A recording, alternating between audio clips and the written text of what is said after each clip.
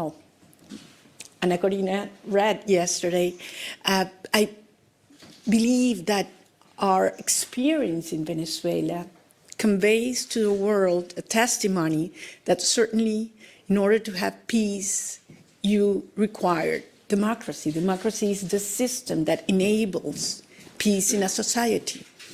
But you cannot have democracy without freedom. And freedom is an individual decision, a rational decision. And it's the sum of these individual conscious decisions that bring that collective ethos that creates the force, the strength, and the courage to fight for freedom, to defend it when you got it.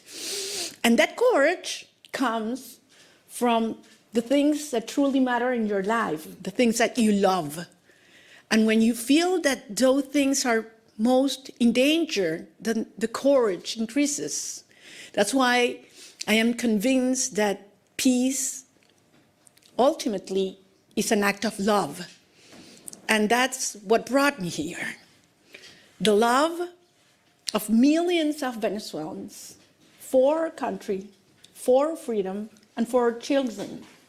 And I believe there's no other generation in the history of Venezuela that loves more freedom, our family, and our soul, our territory, the possibility of actually being in your homeland, in moving freely in your homeland, because we have lost that.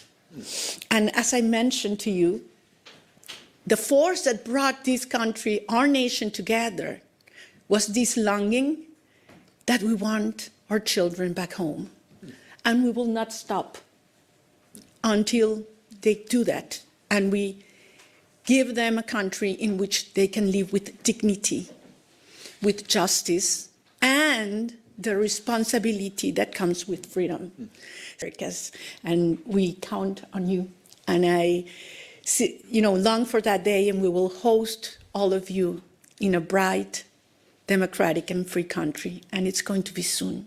So thank you very much, and very honored and grateful to the Nobel Committee for this recognition to the Venezuelan people, to a great movement. I'm just one of that millions of people that form it. And I do believe it is a recognition to democracy as well. So thank you very much. Conveys to the world a testimony. Pour avoir la paix, il faut la démocratie. La démocratie est le système qui rend la paix possible dans notre société. Mais il ne peut y avoir de démocratie sans liberté.